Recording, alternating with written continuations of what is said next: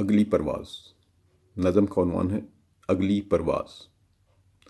ایک پرواز سے اتر کر اگلی پرواز کے انتظار میں ہوں، ایک آنکھ سے سویا ایک آنکھ سے جاگتا، اپنے سامان پر نظر رکھتا ہوا۔ ساتھ 400 اور بھی لوگ ہیں اپنے سفر کی اگلی قسط کے انتظار میں۔ بار بار تحریر بدلتے پروازیں بتاتی برقی سکرینیں، اور ان کے سامنے کھڑے مضطرب لوگ۔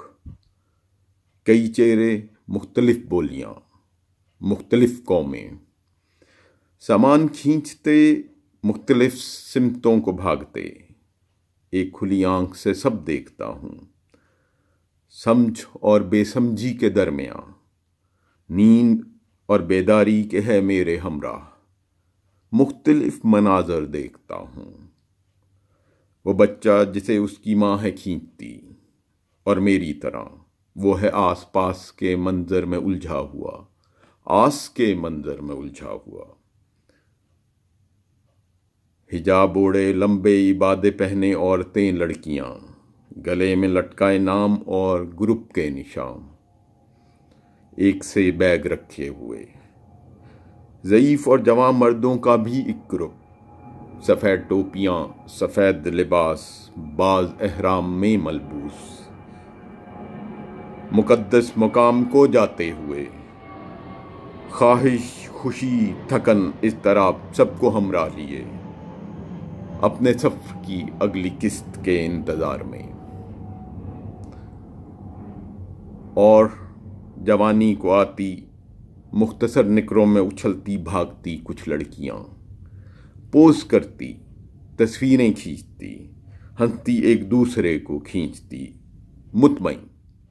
مطمئن ایسے کہ بڑھ کر چلتی پرواز کو روک لیں۔ ابھی اگلی پرواز کا ان کے لیے کوئی معنی نہیں۔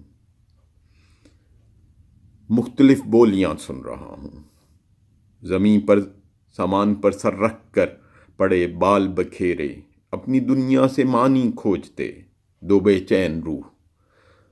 سفر کو ہے نکلیں کہ سفر کو ہے جانے، اور میرے ساتھ کے بینچ پر بیٹھا ایک پنجابی سکھ، لمبا تڑنگا، اپنی بیوی کے ہمراہ چلا ہے بیٹے سے ملنے۔ بیٹا جو نکلا رزق کے سفر پر کئی سال قبل۔ دونوں ہیں مضطرب۔ یہ ایئرپورٹ کا منظر ان کے لیے خوفناک ہے، یہ شور، بے یقینی، نفسا نفسی، سب ان کے لیے خوفناک ہے۔ اگلی پرواز کب ہے؟ یہ اگلی پرواز میں اونگتا جاگتا سن رہا ہوں، ایئرپورٹ کے سپیکر پر کئی اعلان ہوتے ہوئے۔ ہر مسافر کا اپنا ایک اعلان ہے، میں اونگتا جاگتا سن رہا ہوں۔ ہر مسافر کا اپنا ایک اعلان ہے، اگلی پرواز اپنے وقت پر ہی اڑے گی، اگلی پرواز اپنے وقت پر ہی اڑے گی۔ شکریہ۔